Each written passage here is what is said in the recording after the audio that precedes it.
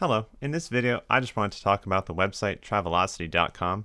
I'm not affiliated with the website, but there is one thing I really like. In addition to allowing you to book vacations, for example, resorts in Cancun and Riviera in Mexico, or Dominican Republic, Punta Cana, etc., the website also shows you ratings for those resorts, which I just want to talk about because a lot of people might wonder, what does it mean if a resort has a rating of 4.5 out of 5 or 4.7 out of 5 or even 3.5 out of 5? And it's always tricky because just in general, you never want to do research. You never want to research a resort just based on a rating, based on that one number, at least from one website. Maybe look at different websites, but you should also look at reviews that people have written, negative reviews, what problems does possibly the resort have, maybe recurring problems with rooms or with food or things like that. So the resorts that I'm showing you right now, these videos, these screenshots of the ratings, I've been to these resorts, and from my perspective, I just wanted to talk about how reliable I think these ratings are, because if you've never been to Cancun or Riviera Maya in Mexico, and certainly never been to an all-inclusive resort in these areas, you might be wondering, well, if I've never been there and I see all these ratings, well, this resort has a 4.3 on Travelocity, this resort has a 4.5 on Travelocity out of 5. What does that mean exactly?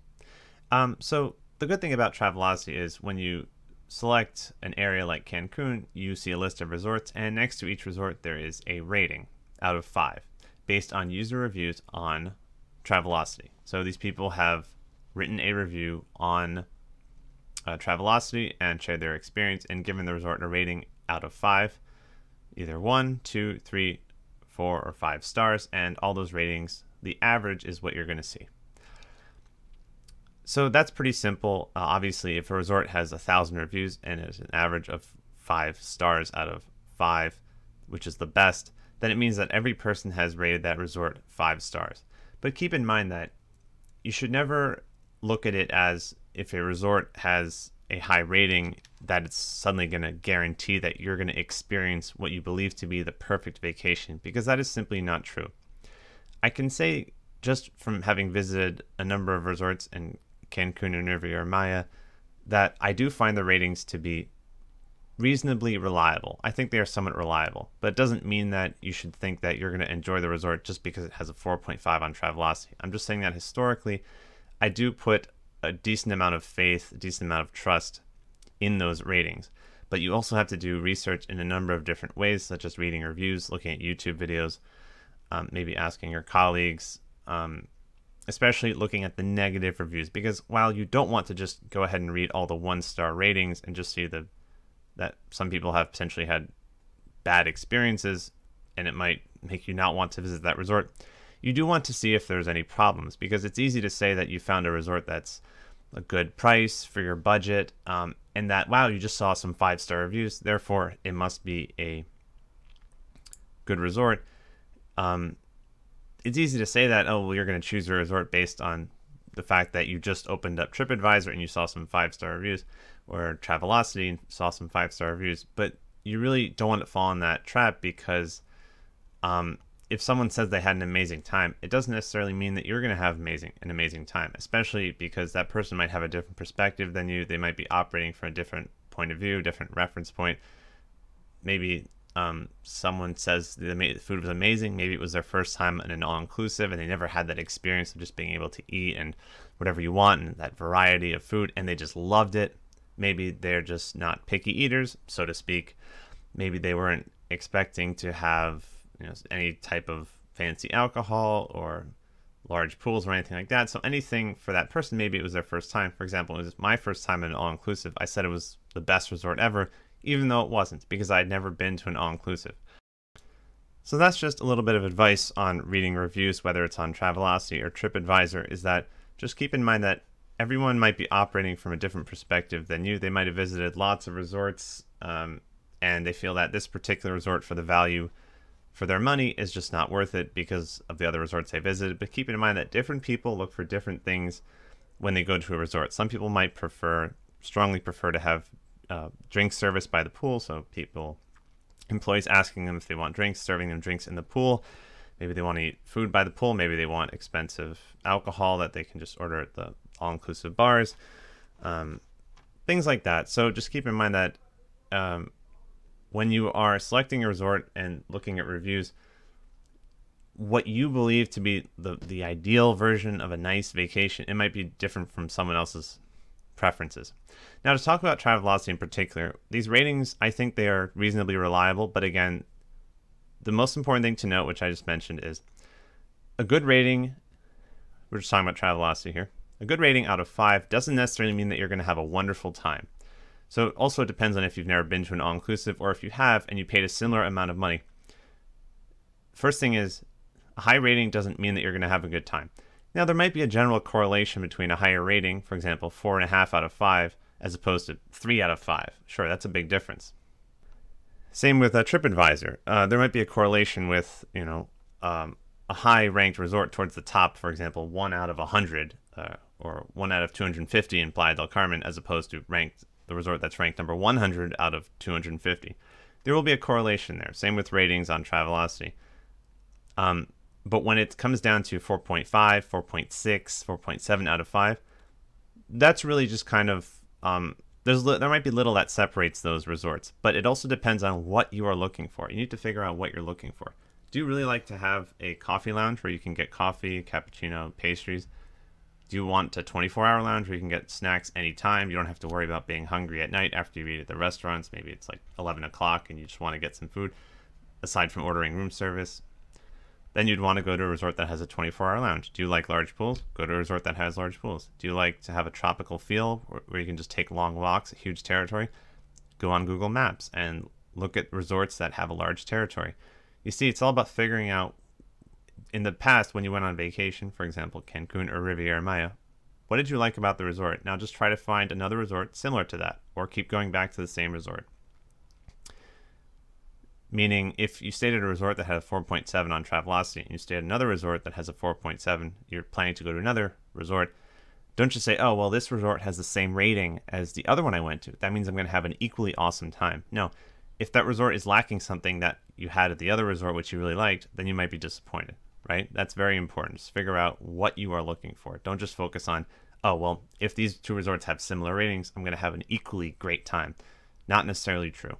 Okay, not necessarily true. Or, in the other case, oh, this resort had a 4.0 and I had a terrible time. Oh, this was other resorts that have 4.0, 4.1 out of 5. They're probably bad too. It's not true. It's all about reading the reviews, doing your research, figuring out to choose a resort that doesn't have any, maybe potentially recurring issues that people keep mentioning in their negative reviews, and just doing as much research as possible, and maybe asking around on the TripAdvisor forums. They have a nice forum there on TripAdvisor. You can go to Google and search Cancun forum TripAdvisor, Playa del Carmen forum TripAdvisor, and go ahead and see what the community has to say, their opinions. But also, you don't just want to go off of the opinions of like 1 or 2 people, right? Anyone can say that their favorite resort is the best resort ever, but is it true? Not necessarily for you, right? Everyone has different tastes, and that's just the reality. Everything's kind of subjective.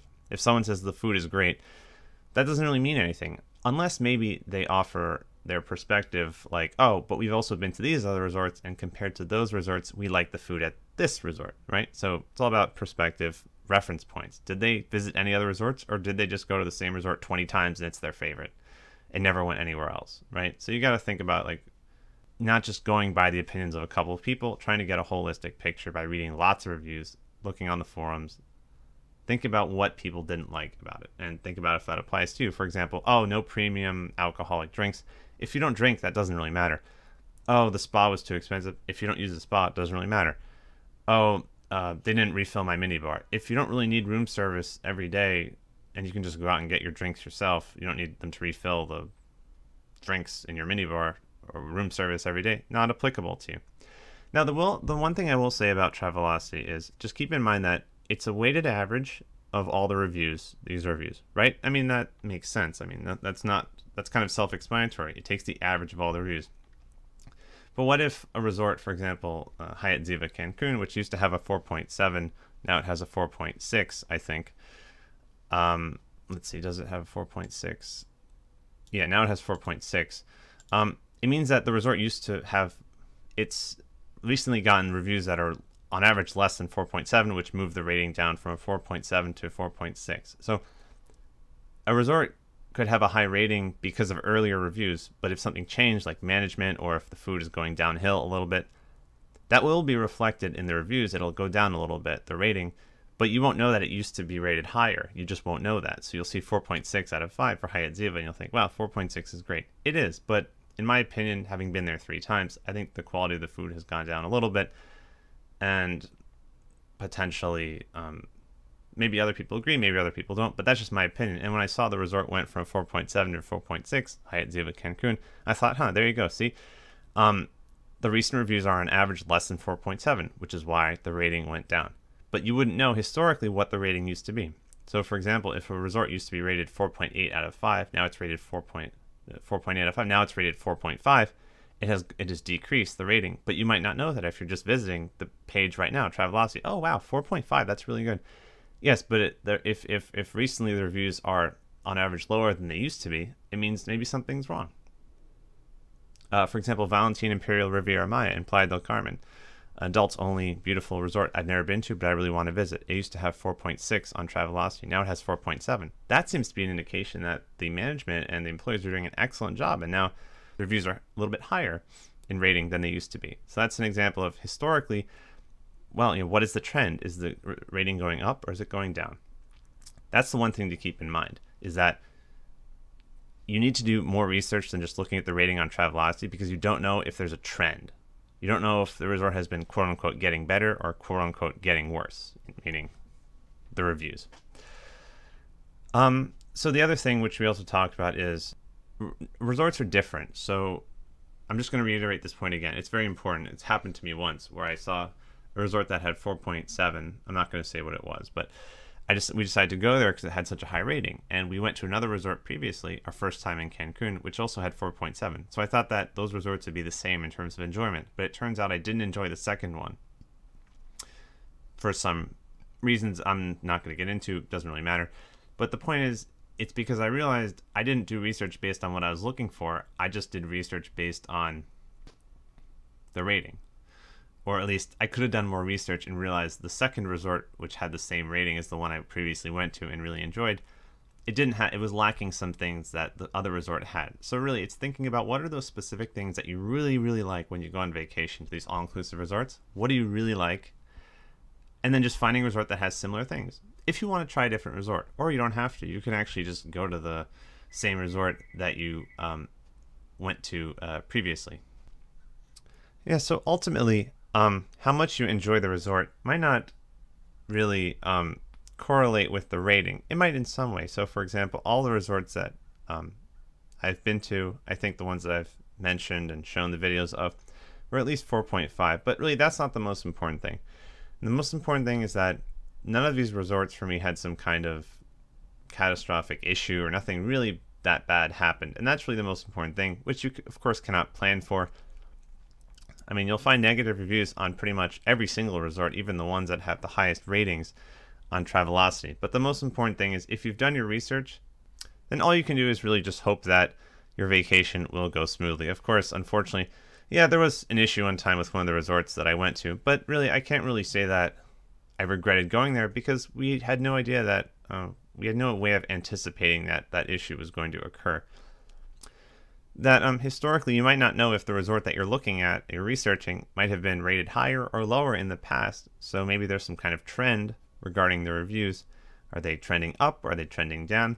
And also, just because two resorts have the same rating, it doesn't mean that going to both of those would mean that you enjoy the resorts as equally in equal kind of way.